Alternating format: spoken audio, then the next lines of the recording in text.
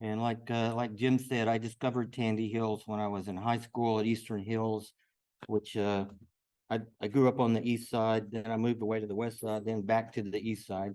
But I went to Eastern Hills High School, and we used to hang out at Tandy Hills back in those days in the late '60s, early '70s.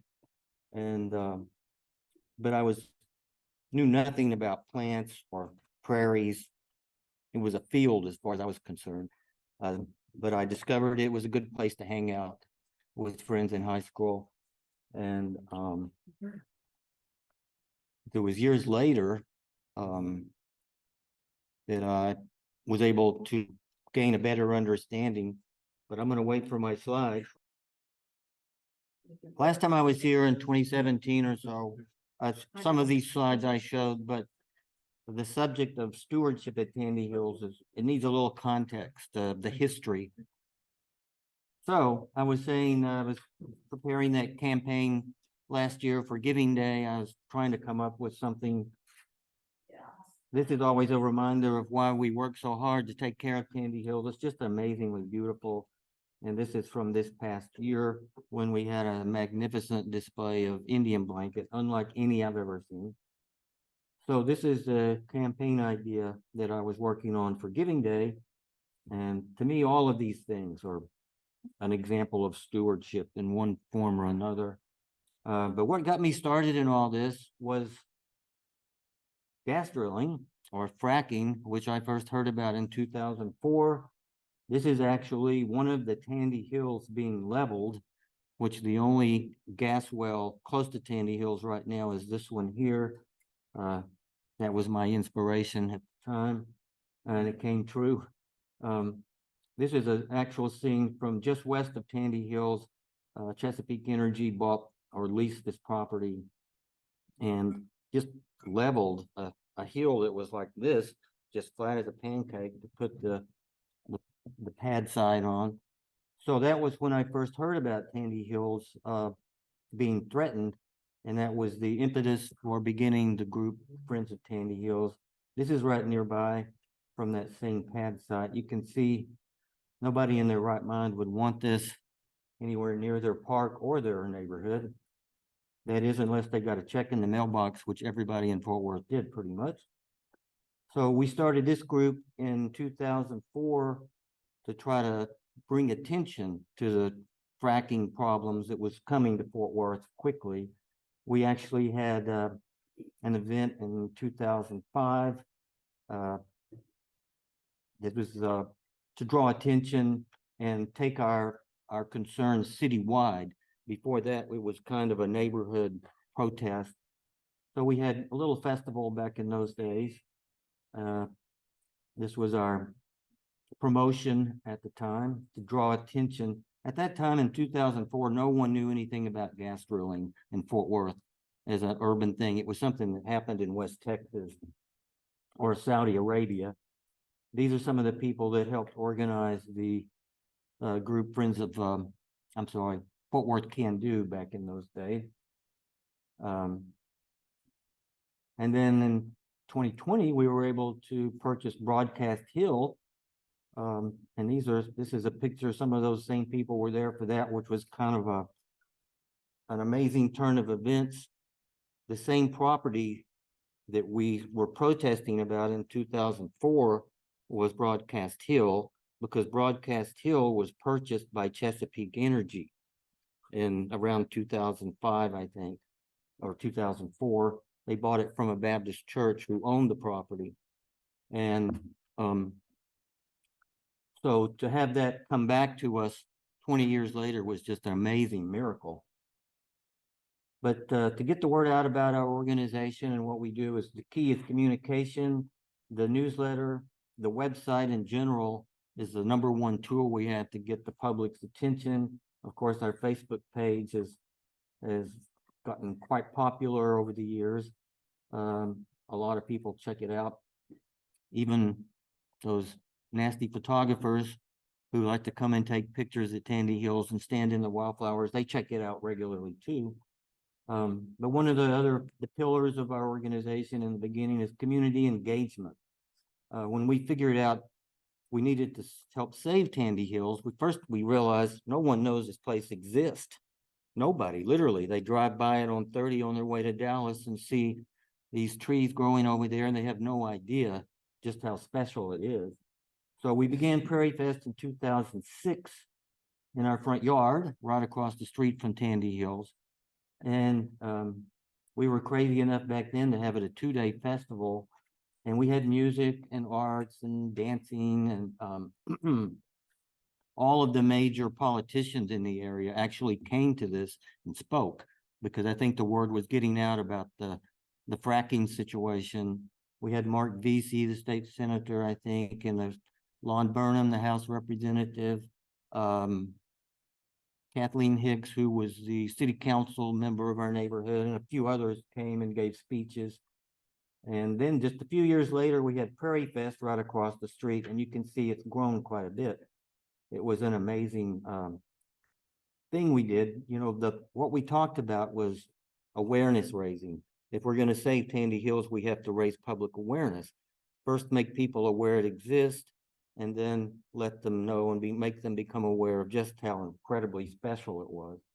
So, you know, music, beer, and art, and wildflower tours help bring people in.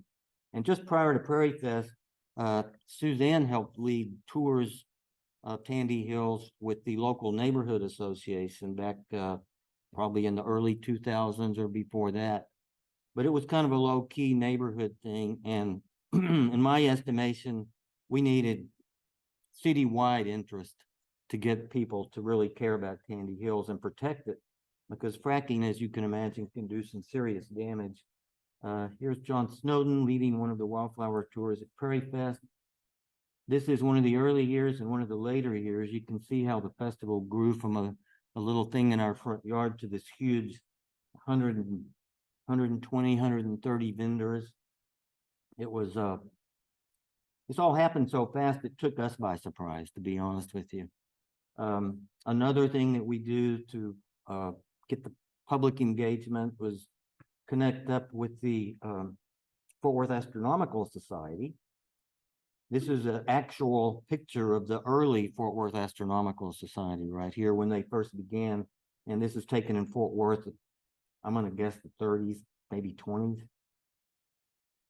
And here is that again they were based at the Museum of Science and History for many years, 40 or 50 years. But they got kicked out of there, and so they asked us if they could come to Tandy Hills, and we said, heck yeah, come on. So it helps with our community engagement. It draws a whole different crowd of people, and it still does every month, 10 months out of the year. And a lot goes on there. These are astronomy nerds, you might say. They have invested in these pretty large telescopes that they bring out, so you can see the rings of Saturn and activity on the sun and that sort of thing. So we have them once a month set up at Tandy Hills. It's always interesting to see them there. That's one of the, I think it was 2 years ago, 2020, when there was this eclipse of the moon.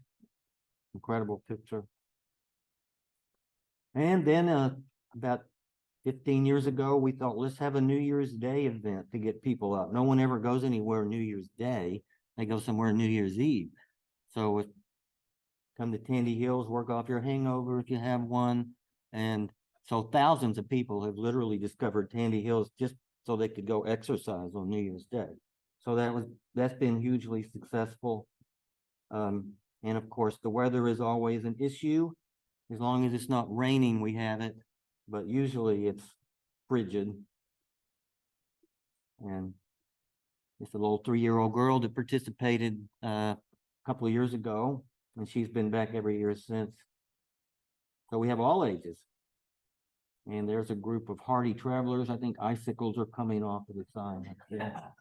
It's really cold most years. But once you start hiking the hills, you realize, oh, that's why they call it Tandy Hills. During COVID, we got a break during COVID. Tell me more. With a plan, an alternate plan for the New Year's Day hike. Well, instead of an organized hike in 2020, if people came on their own, So it was as little contact as possible. And they sent pictures to Dawn. Yeah, everyone sent me a photograph because we hand out a certificate of completion, which is, people covet those things, let me tell you. But we wanted the trails ahead of time and then we got to sleep in. Yeah. I guess that's the big thing. We got to sleep in once on New Year's Day.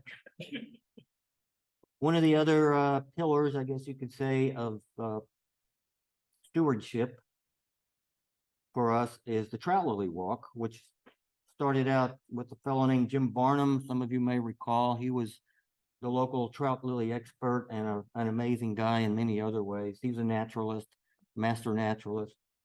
He probably trained a lot of people, but he gave the early, when we first started, I think I want to say 2010, he was the guy leading it in those days. And then he passed away, unfortunately, and Sam Kiesnick took over. I'm sure you've heard of Sam. It always draws a good sized crowd every year. There's that 3-year-old girl again. I think she's 4 there. And Sam is really good at engaging the public and anything and everything. I mean, the trout lilies, it takes him forever to get to the trout lilies because he picks up every plant he sees on the way. So it's called the speed of botany. First time I heard that phrase was from Sam.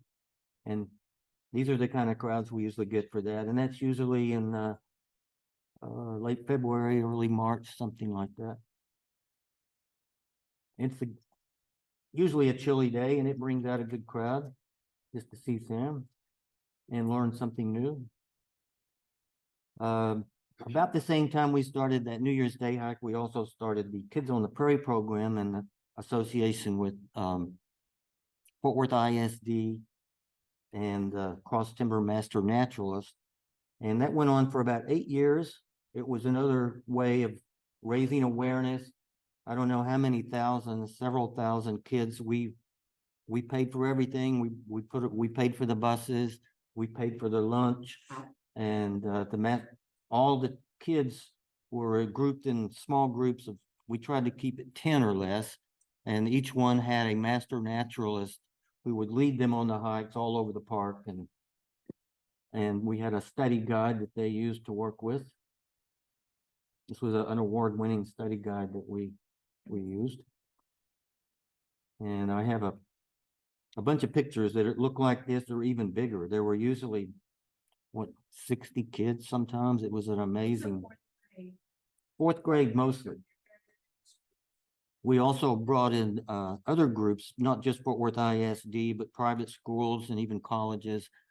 So we're constantly raising awareness because you never know when those frackers will come back. Then in 2015 was the last year of Prairie Fest because Deborah and I decided we wanted our lives back. And it was amazing. It took the entire year to prepare for Prairie Fest. And if it rained, that's it. So it was a big risk we took every year, but we got lucky. We had 10 good years. But in 2016, we had the first Bio Blitz. It was one of the first in Texas. And it was quite an event. It's about the same time we all got hooked up on iNaturalist, which has changed everything in Fort Worth. That went on for several days. The Bio Blitz went on several days. And it was the first time that all of the species at Tandy Hills were officially observed and documented. And that was another thing that helped us in our talks with the city and anybody that might want to donate money to us. That look what we have here. And in those days, we had 300 or 400 species. As of today, we have just under 2,000 species. So it's really grown over the years. We invested in a fancy microscope and a big TV screen, which came in handy for looking at stuff up close.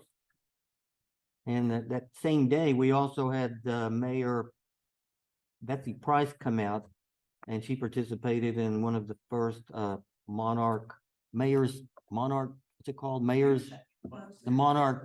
Pledge. Yeah. And she participated in that. And that was pretty nice. And in addition to the stuff that we put on as an organization, we've had all these other things happen at Tandy Hills. And I look on all of those as another act of stewardship in a way, because we're drawing more people in, and then they bring people. And so it just keeps growing, and it helps get the word out of just what Tandy Hills is all about. This was one of a seed ball we had in the early days. It was highly successful. We had made seed balls at one of the Prairie Fest, I think, because I recall a bunch of kids made them out of mud and seeds. And then a month after they dried, or a month or two later, Girl Scout troop. See Paul Rodman in the center there? yeah, I see the That's scouts. his- They Scout troop. participated. That's when they started letting girls into, well, he started letting. So I guess when the seed balls dried a month or two later, we took them to Tandy Hills and let the kids throw them around. Not that Tandy Hills really needed seed balls, but it was an education thing that we did. Sisterhood hike, something that started a couple of years ago. Very large group of women come out and hike at Tandy Hills. This was a bird watching hike that took place a few years ago. This can use my little pointer here. This fellow here is Tom Stevens, who wrote a very important college essay on the birds of Tandy Hills, which is posted on our website if you're interested in that. We've had numerous garden clubs from all over the Metroplex come out and hike at Tandy Hills. I put a lot of miles on my boots hiking people around over there. Several years ago, we had some plein air painting in association with the Fort Worth Library that was actually led by Debora Young over there. And it brought a pretty good sized crowd. And we've had scouting groups. In fact, we've had several Eagle Scouts, or several scouts get their Eagle badges from doing projects at Tandy Hills. This is one of two outdoor classrooms that were created. And here's a group of Girl Scouts. When I put this PowerPoint together, I didn't put Boy and Girl Scouts because I think that's not the way they refer to them anymore. They're all just Scouts. But this is Girl Scout. We've had a couple of wild food walks over the years that were very popular. And this fellow is kind of like Sam Kiesnick. He walks at the speed of botany. And we walked and walked and walked, and we hadn't moved 10 feet, and we've already looked at 20 plants. He was very good. I can't recall his name. And just recently, we've had several black light parties at Tandy Hills, but this was a big one we had recently in the summer with Sam Kiesnick. And Amy Martin has become such an institution. I just gave her own slide here. Amy Martin lectures take place. In fact, she's coming back in November to lead a moonwalking event, which I'm supposed to lead a hike on after dark. And there's a fellow with a telescope that's going to be set up to look at the moon. I think it's the 20th, if I remember right. And here's Suzanne Tuttle leading a master naturalist training. It's not the first time she's done this out there. This took place just last week, actually. And there were about 35 people in that group. Okay, now we're getting to the more current events here. Habitat restoration and land management has several subcategories. The first one is volunteers, which basically means our organization doing volunteer work to clean up the prairie. And we started a brush bash in 2009, and kind of changed the name a few years ago to Prairie Posse. We have removed huge amounts of privet and other dead trees, trash, many tires, piles of glass. Tandy Hills was basically a dumping ground until probably the 90s. It still is to an extent, but so we had a lot of stuff to remove from there over the years. But our main goal was to open up the prairie, which was being slowly encroached on by juniper trees, privet, a few other things. So we removed a lot of woody species over the years since 2009. And we've learned a lot over the years as we've done this. Of course, in the early days, we didn't do herbiciding, so it all came back within a few years. And this has been a very popular thing with kids too. A lot of adults like to bring their kids to participate. And some of the main meadows, especially along View Street, are some of the best prairies in anywhere. And so we focus on those three meadows along View Street. Here's Ann Aldifer, some of you may know, participating. We had a national group called the National Botanist Society came to Tandy Hills a few years ago, and they wanted to volunteer. So they spent the whole day helping us clear out privet, ash, and all kinds of vines growing. Here's some other, this is all volunteer groups, we're talking about. Several years ago, we discovered a large bodark tree, which had been hidden in privet all these years. And I found it and found out it's roughly 100 years old. So we decided to get the privet out of there. That was a milestone event. And then this is Frank Keeney right here. He's practicing with a new herbiciding tool that we were experimenting with a few years ago over on Broadcast Hill. And I love pictures of trucks full of privet, so I have several here I want to share with you. I got a lot of them. And they're lined up nearly every day in front of Tandy Hills now because we're moving a lot of stuff lately. So in addition to our volunteer groups, we also have some independent groups come out. People who we don't even know, they just call us and say, hey, we want to come out and remove some privet and pick up some trash. That happens quite a bit. We're very fortunate to have people interested in doing that. This was a group that was there a couple of years ago. And you can see they're finding still lots of trash, mainly due to the photographer problems that we have there, bringing out stuff and leaving it behind. I believe this is a school group from one of the schools in Fort Worth. This is TWC, TWU, Texas Wesleyan. This fellow right here, his name is Abel Saros.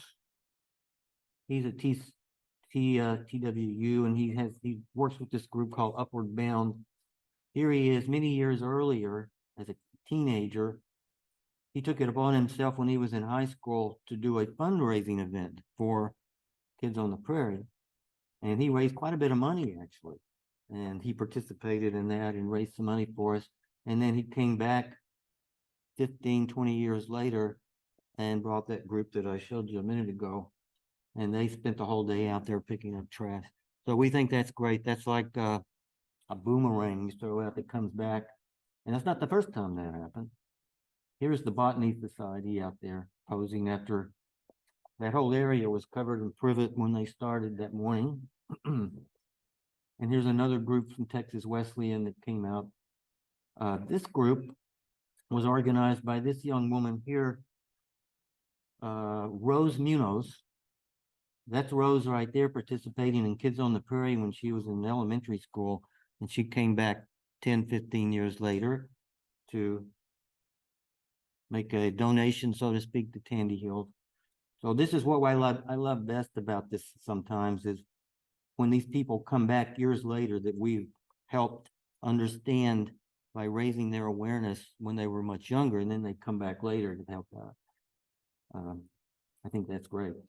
That's stewardship for sure. Here's a group of Boy Scouts working, another high school group. We don't turn anybody down. This group of ladies came out one day and they found a whole bunch of tires that I had somehow missed over the years and rolled them out of there. Recently, it occurred to me, Prairie Posse and Brush Bass, all those things are very nice. It gets people involved, but it sure is taking a long time. So we hired, I think for the first time this year, we started paying people to help us. And that was especially urgent this spring because we had an invasion or infestation of prairie hedge parsley, which was taking over this area just inside the boulders out here. And it was threatening to spread too much. So we hired a crew. We paid $17 an hour, $15 an hour, and a whole bunch of people showed up. And after 2 or 3 days, we had all that hedge parsley out of there. So there are cases where you got to pay to get things done. And when people are getting paid, they show up. With volunteer days, people don't always show up and various problems. But This is another hired crew that we hired to clear an area. This is down in the bottomlands of Tandy Hills where there's a lot of very large trees, oak trees of various species and little elms. So this is a gigantic tree that was completely covered with privet that I wanted to get exposed. So we got that done. Just happened to be my son right here.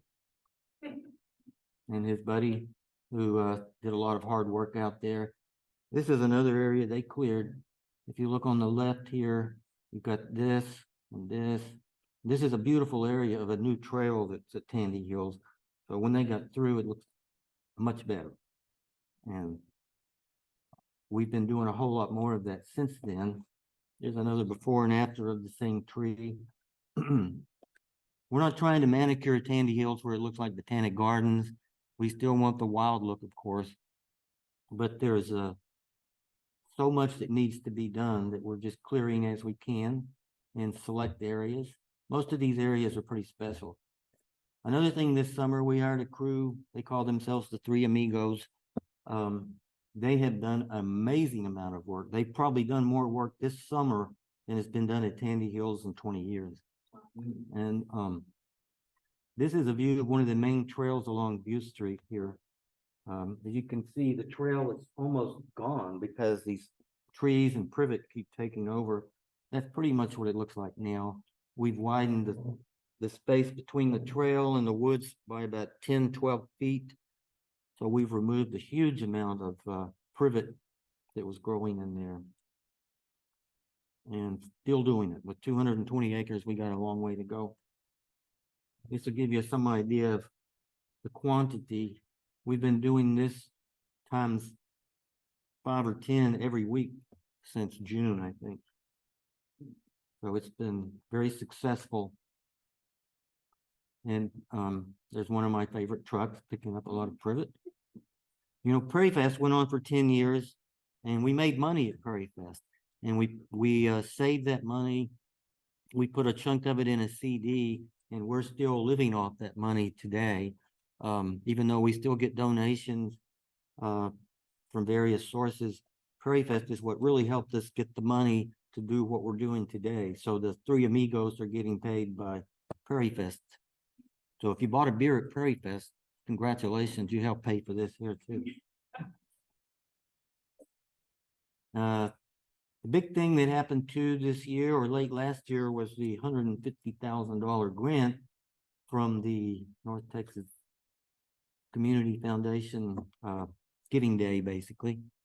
The city filed for this grant and they put it to good use. We got some interns that worked at Tandy Hills all summer. These three kids, I call them kids, there's like 18, 19, and 20 and 21, I think. They did all kinds of stuff. They did plant IDs. They did some mapping of the prairies. They did prairie trail clearing. And most importantly, they dealt with the public, especially at the golden hour every afternoon when the photographers show up in droves. They also did some herbiciding after some brush clearing. So that was one thing that the grant paid for. But the main thing it paid for was a lot of mulching. The machine itself is huge. These tires are roughly 6 feet tall. So it's this giant machine, and this rotating thing on the front goes just above the dirt and cuts everything. It can actually do trees pretty good size and just make them disappear and turn into mulch in no time. So this was the main thing that the grant paid for. And they just finished last week, actually, a total of about 50 acres that were done at Tandy Hills. And it's pretty dramatic. It looks almost like this is wrong at first. I was reluctant to buy in on it at first because it's such a big change. But the privet isn't going anywhere. In fact, it seems to be getting more resilient and spreading. So what you're seeing here is this hill was completely covered in privet. And what you're seeing now is mulched privet on the ground.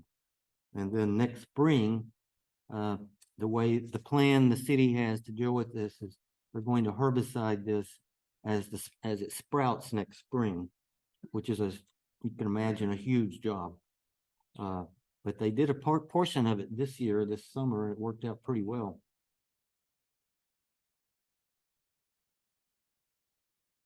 It's a dramatic change. If you haven't been to Tandy Hills lately, you'll be amazed when you see. So the combination of the mulching machine and then a lot of hard labor by our hired crews have made a dramatic change at Tandy Hills just this year. It's by far the best year of land management we've ever had. That's kind of a close-up view to see what it looks like. And the machine's very careful to go around grasses. So if they ran into a patch of blue stem or any other kind of grass, muley grass, the wheel raises up and they go around it. There's a good picture of that coming up here. That's the herbiciding being done. There's two amigos. Here you can see where this has been treated with herbicide. You can see where it's starting to die back. There's such a huge job. They did some herbiciding this year and they're going to do a whole lot more next year. And here's a good example of where the machine raised the blade, and sure enough, underneath all this privet, there are patches of wildflowers. This is a prairie bishop that's growing right here. And these things over here are ash trees that are going to be herbicided again later. It's not a one and done kind of a project. This is perhaps the most dramatic change, though. Down in the bottomlands of Tandy Hills, there's this old water department road that runs through here. And there's a creek over here on the left side that you can't see, but it's solid privet, 12 feet high, or it was until recently. The brush hog completely removed. This is the same trail right here as you saw in this picture. And this is all inside here were dozens of very large trees that no one's been able to touch in probably 50 years or more. And this is a shaded canopy. Not a lot grows under here anyway, but a few native things do, and I'm assured that they will be coming back in the next few years. But it's a long-term project. This isn't something that's going to look textbook beautiful next year. You've got to give it a little time. But we have slowed the privet down, and we'll slow it down some more with more herbiciding later. The other big thing that's happened infrastructure-wise at Tandy Hills was the trails. I think it was 2009 when we decided we got a grant from the Texas Parks and Wildlife to build the first trail at Tandy Hills, the first official trail that wasn't made by humans who lived in the neighborhood. This is Ryan Spates, who owns a company called SNS Trails Company. They came in from Austin. This is Michelle Villafranca with the city. And so we hired Ryan to come out and make some trails. And first thing he had to do was map them out. So he spent. You didn't introduce Suzanne. Suzanne is a big part of the grant. Well, there's Suzanne Total right there. I thought everybody figured that out for the time. Suzanne helped us write the grant. She was Yeah. very instrumental in helping us get the parks. Absolutely. Parks and Wildlife. We have so many connections with Suzanne. I forget some of them sometimes. So they're mapping out the trails here, getting ready to do the actual work. One of the things the Texas Parks and Wildlife grant required was an archaeological study, which was a pain in the you-know-what, but we had to do it. So we had to hire a professional company to come out and pay them about $5,000 to do it. Of course, they didn't find anything. If there were any Indian arrowheads here, they would have been found by John Tandy back in the 70s, probably. If you know who John Tandy is, he lives in the neighborhood. Anyway, there's Ryan starting the first trail in about 2009 or 10. It's a little machine he rides on and just carves it out, following his markers he put previously into the woods. And we have gotten another grant since then to add a lot more trails. We spent the last, I think 2020 and 2021 were spent, almost both of those years were spent making new trails. And this is one reason, besides that we need new trails, what we really need more than anything is to close old trails. A lot of these old trails were just made by people in the neighborhood, and they're unsustainable, you might say. They create a lot of erosion at the bottom of this hill that goes straight down, so it's eroded pretty badly. So Ryan built a new trail going around following the contours of the land. And a big part of closing a trail is the dirt that he got from the new trail, he put on top of the old trail. And then we came back later and put rocks and put the sign up. Sometimes tree limbs go on top of the trail. Here's a picture of it today. It's completely gone. Wow. It's right about here. So give it a little time and the prairie will come back. Here's some shots of some of the new trails that are very scenic and very interesting, fun to walk. This one here goes over to the foot of Broadcast Hill. Very nice. And here's them in action again, just last year. This is another good example of an old trail that was closed. It comes straight down this hill. And so they filled it in with dirt, covered it with, this is a different one, but excuse me, the same idea of covering it with branches that had been cut. And it's healing up too. Another part of the project was building a couple of bridges, which are kind of nice.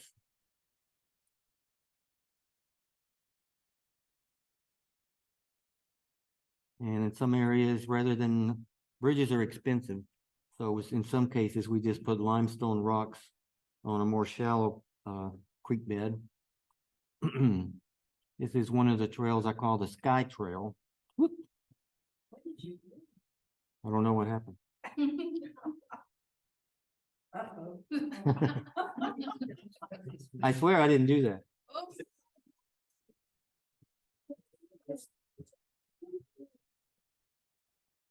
Okay.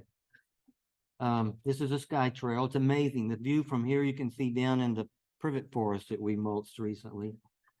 Another thing we did with Friends of Tandy Hills was put trail signs everywhere. Not everywhere. We're in the process of putting them to mark the trails.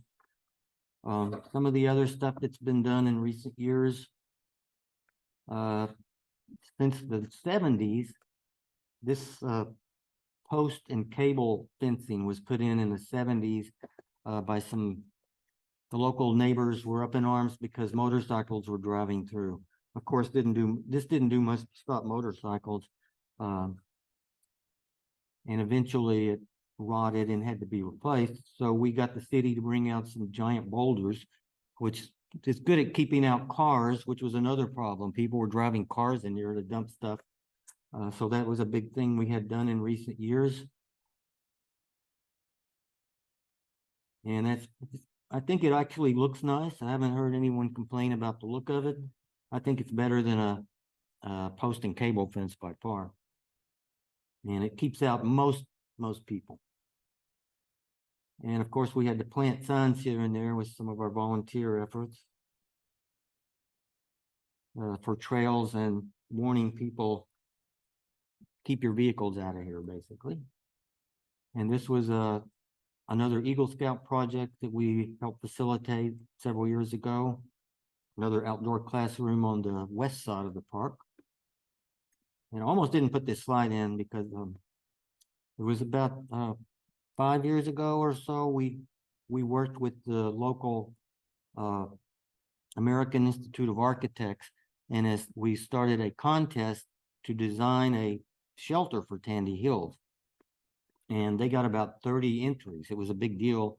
And this was the winning entry. We had 3 judges that were famous architects from Dallas, Fort Worth area.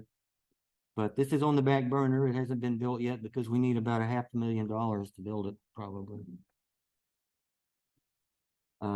Here's the fun part. The vandalism is used. If you've been waiting for the fun part, this is it here.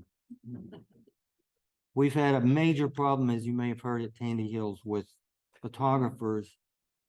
It took one photographer about 8 years ago to come to Tandy Hills and put a notice on on the internet, Tandy Hills is a great place to take portraits, family portraits, Valentine's portraits, Christmas portraits, Halloween portraits.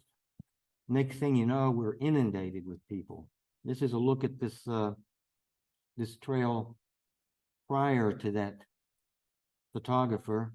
And here's the same trail. Here you can see photographers have made trails all over the place. Very damaging to the prairie and not very pretty either. This is a typical night at Tandy Hills. Every single one of these cars is here to take pictures with the skyline in the background. These are not nature lovers. So that's one of the big problems we've had to deal with that we weren't expecting. This is a typical afternoon at Tandy Hills with this many people showing up to take pictures. This is the main trail here at the playground area. And over here's downtown that everyone wants to see. But this is the kind of stuff they leave behind that we have to deal with. The city actually has some ordinances against the photographers. This says selling of goods is prohibited. That includes selling photographer services. And this says no pasture animals.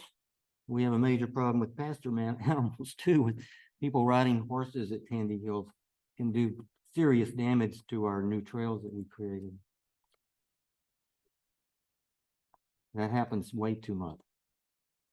And these are some of the more egregious examples of people denigrating Tandy Hills, you might say. This guy actually drove his truck across the boulders, parked it there, put some models out here and took pictures for his remodeling company. And these two ladies had to walk past a sign that said, don't pose on the prairie. And confetti. When I first saw this photograph, I thought, what flower is that? I don't recognize that. That's a bunch of confetti that someone threw on the ground and left behind. And actually a bunch of little kids came and picked that up, believe it or not. So those are the kind of issues we're dealing with, especially when it looks this good. You get a lot of people come out and they bring all kinds of equipment and they pose in the flowers. And then after they're gone, it leaves a big dead spot that stays there for several years. So we are getting better at handling this issue, but it ain't over yet. There's always guys like this who, especially around Christmas, when they get new toys for Christmas, they bring them out to Tandy Hills to run them around. And the police actually caught these guys, but they keep coming back. So it's a big job looking after this place. Another interesting incident you may have heard about, a fellow who lives, his backyard backs up to Tandy Hills. And it just so happened that the only year-round water hole at Tandy Hills was right behind his house. So he built a privet wall around this part here, and then he built a metal fence wall and took about 5 acres of Tandy Hills for his own backyard. And it took me 10 years to get the city to do something about that, but they finally did. And here we are removing this plug where access, this is the access into here where the permanent water is at Tandy Hills. There's very little water at Tandy Hills year round, but in most of the year, this big deep hole is full of water, which is very important for the wildlife, of course. Here's another famous example, the prairie paintbrush pilferer, I call her. She actually come out one day and dug up these flowers to put in her front flower bed. Fortunately, I tracked her down. My years of chasing people like that are coming to a close, I think. But it was fun. I caught her, and then the police went to visit her, and she dropped the bag of flowers, and I think Bill tried to restore them. I don't know if he was able to. It's once you pick a wildflower, it's pretty hard to get them. I mean, they don't even last in vases over a day or two. And of course, the homeless situation has been bad, but it's improved lately. We haven't had a serious problem in a couple of 3 years, but this is not an uncommon sight at Tandy Hills for many years. The city would come out and clean it up occasionally. I don't know why this picture here gets my goat more than any of them. For one thing, I wrote this photographer an email and said, it looks like you dug up flowers at Tandy Hills for this photo, and you're posing in the flowers, both of which are illegal. And she said, no, we bought these flowers on our way at the grocery store. And I said, it's funny, they still have dirt on them.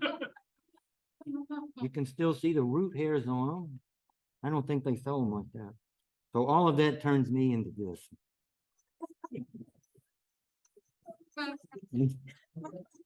You've probably seen these on the highway, right? A lot. Some other guy takes credit for it, but anyway. I don't do that anymore. I was chasing these people down a lot, the photographers, and trying to be nice and say, please don't do this here.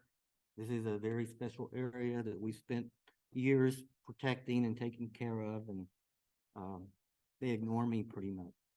But I'm through chasing them. That's why I liked having the interns this summer, because they're only 18 and they can chase them better than I can. Okay, this is something completely different. I recently took some of my photographs I've taken over the years at Tandy Hills and did this thing I call a black series, where I magically make the backgrounds black.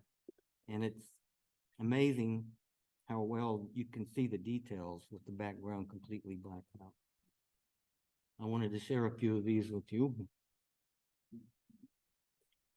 So these all started out as regular photographs I took, and then I actually got the idea from a guy. There's another guy I've seen on Facebook. I can't remember his name, but he's done the same thing. Yeah, he's very good. He's way better than I am. I do it probably the analog way, and he does it the digital way. Of course, this is the state grass of Texas.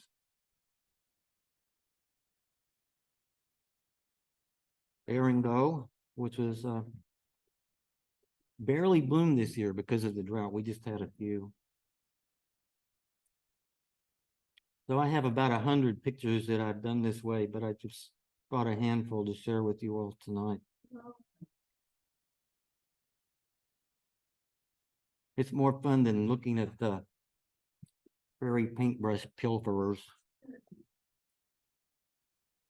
And this really also, it reminds me, you know, why we care about Tandy Hills, why we protect it. This stuff just doesn't grow everywhere. All this stuff is pretty rare. I wouldn't call it endangered, but it's certainly becoming that way.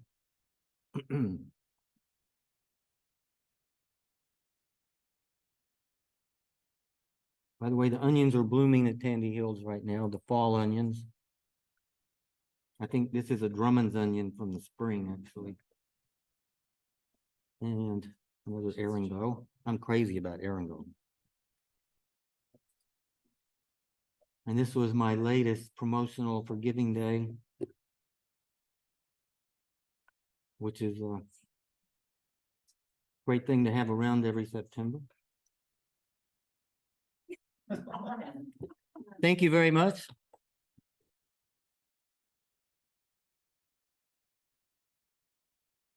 I should probably thank some people that I forgot to. Do I have a second to thank some people? Okay. Okay. Native Plant Society, I want to thank you all for your annual donations to Friends of Tandy Hills and always showing up for Prairie cleanup days. And also Native Prairies Association of Texas. They're one of our sponsors. Cross Timber Master Naturalist. Michelle Villafranca, I talked about her some tonight. She's with the city. She used to be at the Nature Center like Suzanne was, but she's now with the city. I forget what her title is now, but thanks to her, this mulching project happened. So she deserves a lot of credit. And I finally have someone at the city listening to me about the photographer vandalism problems. So that's being addressed thanks to Michelle. And of course, Suzanne, who does a million things to help us out. And my wife, Debora, who does she's behind the scenes, but she does more than backup vocalist, believe me. And then I want to mention Jim Marshall, who was one of everybody's heard of Marshall Grain, the feed store in Fort Worth. He was on our board. He still is on the board, but he's kind of the money man behind the scenes who's advised us over the years. and especially on investing our money in CDs.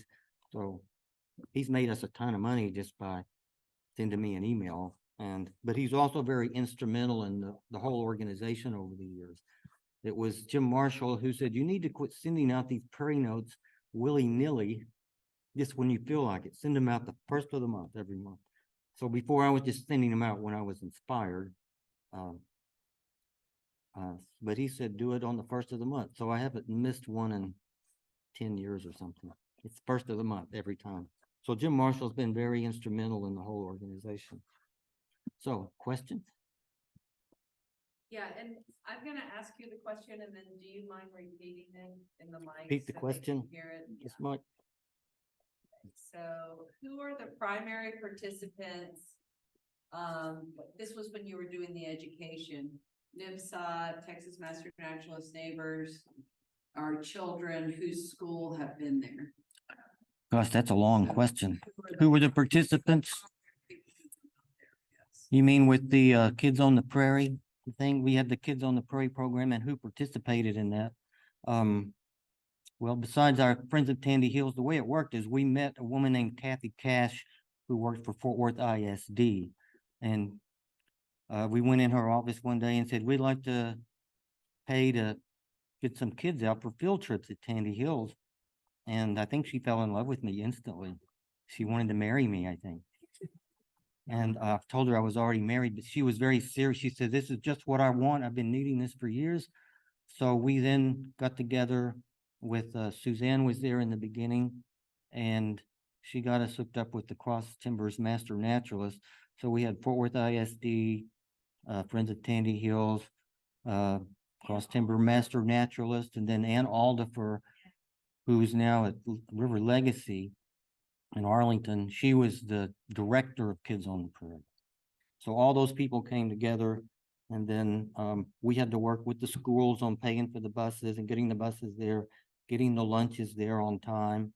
So the kids had kind of a picnic there. And it was a variety of, it was fourth grade, and it was a variety of schools throughout the Fort Worth Independent School District that came out.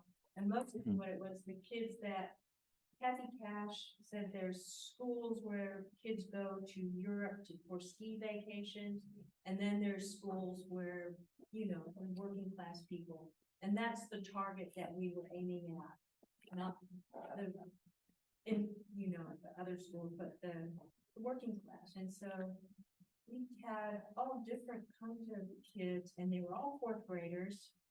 And we sat down with Fort Worth ISD with Jen Schultes was the graphic designer, and there was me and Dawn, and there were some specialist education people, and we wrote down what kind of a guidebook we want. And then Jen Schultes put it together. She was a volunteer with the Friends of Tandy Hills, and it was beautiful what she came up with. And really, it's available online now because the Sierra Club, was it the Sierra Club?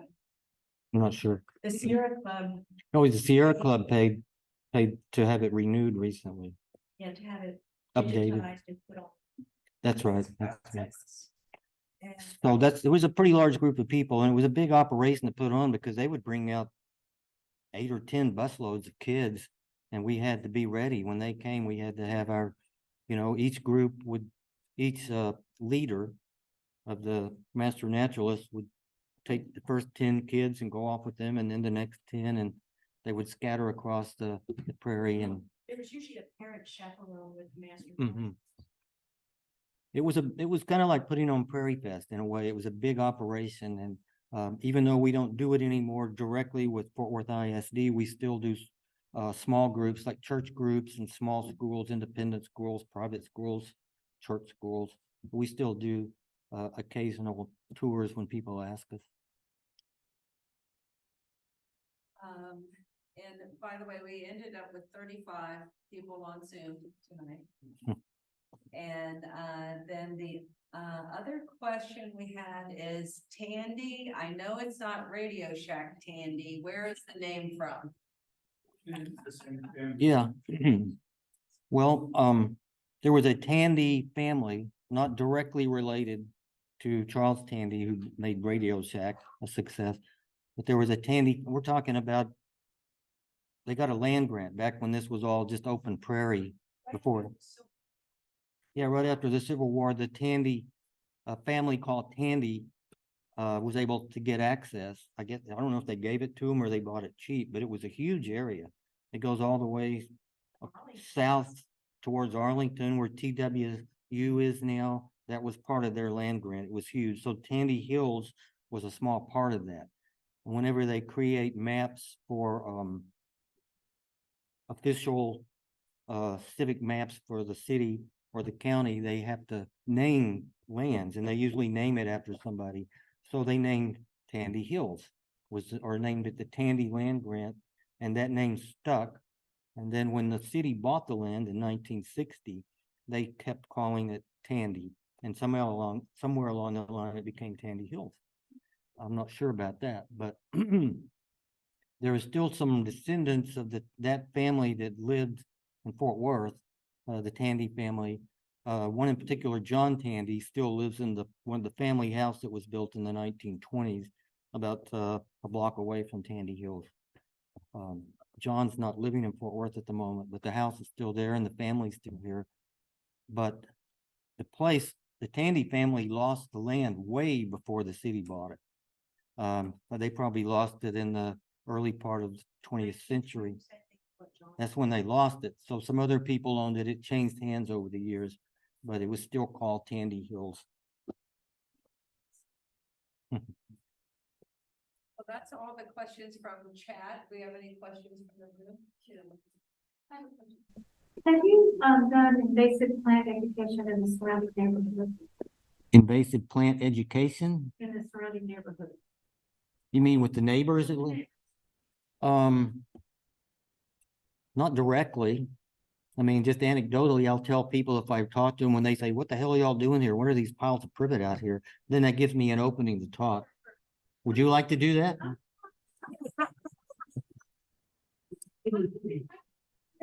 Yeah.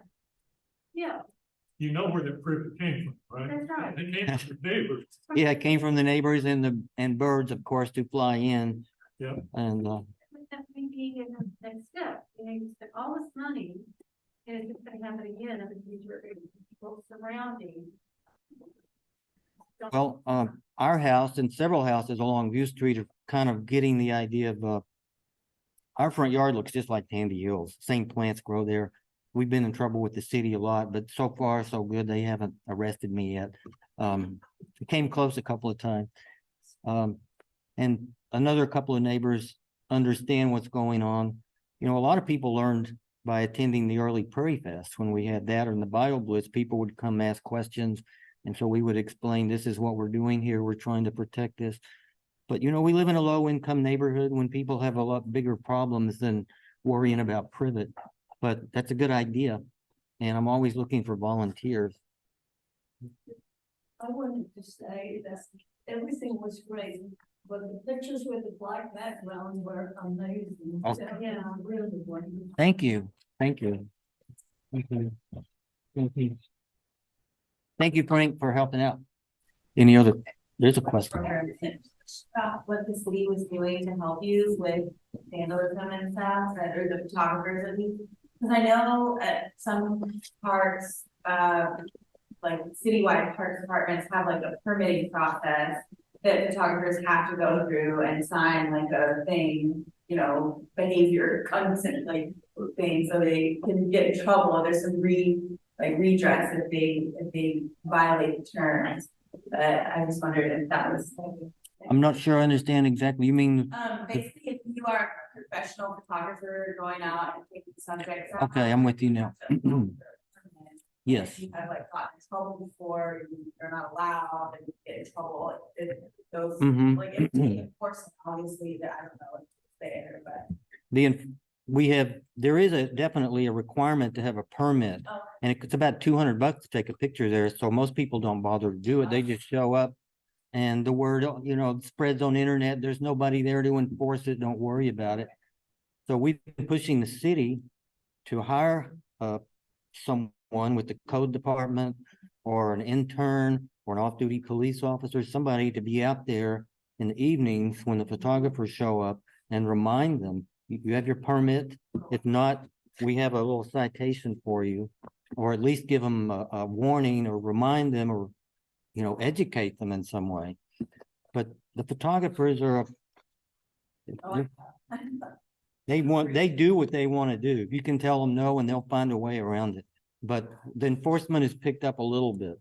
The interns did a great job this summer on that. And I found out the interns are coming back, or a new group of them next year. So that'll be good. Could you share how we've been thinking about hiring a police officer during the golden hour on certain days? Yeah, we thought about it, but I found out the price recently and it's out of the budget. $1,000 It's like, or yeah, just to show up for a couple of hours, $1,000 for a policeman. They are in demand right now all over the place for security, and you know, they don't have any particular love for Tandy Hills or protecting wildflowers. In fact, that's way down the list. That's one reason why the police never show up when we call them, when we see four-wheelers or photographers or trucks or whomever. You know, they don't show up when we call them because they're off chasing more serious crime. But it's getting a little better. You know, the city owns this place, and we've been working with them all these years to give us more help, more assistance. And just when I think we're getting them on board, then I hear something that they're not on board as much. But at least we got 50 acres bought with the city. It cost $900 and something thousand. But Tandy Hills contribute 65,000 of that with donations from some of you all. So we helped a lot. Anyway, they are assisting us more than they ever have, mainly thanks to Miss Sylvia Franco. And she understands what the needs are. So as long as she doesn't retire anytime soon, we have a chance to get, but the city really hasn't set aside budget money for Tandy Hills. You know, we could use a lot more than 150,000. I mean, I just heard that they're going to spend 140 million on Gateway Park, a half a mile north. And, you know, I'd take $500,000 any day. I could do a lot with $500,000. So we're hoping the city will eventually, maybe some turnover and the elected officials will help. But it's better at the moment. It's a lot better than it used to be. Ever changing. I was gonna commend you for navigating that relationship for so long, because the council is constantly changing. The way turnover is high, so it's hard to keep the city. Yeah, they've heard from me a lot over the years, and we actually have biannual meetings with the city Parks Department to talk about all this stuff. And we have a good communication, good dialogue. But there's always a lot of turnover in that department too. So we have to keep reminding them, keep educating them.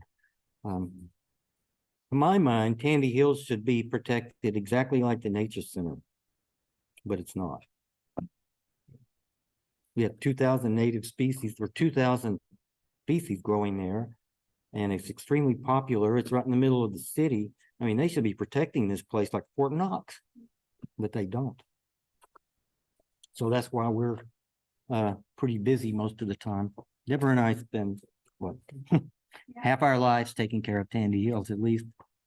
Yes, ma'am. So there's a couple of other questions. So is doing artwork okay if you stay on the trail? Doing artwork? Uh-huh. You mean like painting, drawing? Doing artwork if you stay on the trail is, yeah, of course. Okay, and then again, please repeat, oh wait, who is the council person for the area? Oh, she was just elected recently. Is it Jeanette Martinez? I think so. I'm sorry, I don't know her name, but she's they changed the whole thing is changing. You know, we have more. Jeanette Martinez. Yeah, Jeanette Martinez, that's it. So everyone, right? Council. Oh, yeah. That doesn't help a lot, but you can try. I don't know. What do you think we need? Like silence. A lot of noise. I've made a lot of noise over the years, that's for sure. Thank you so much. All right. Thank you. My pleasure.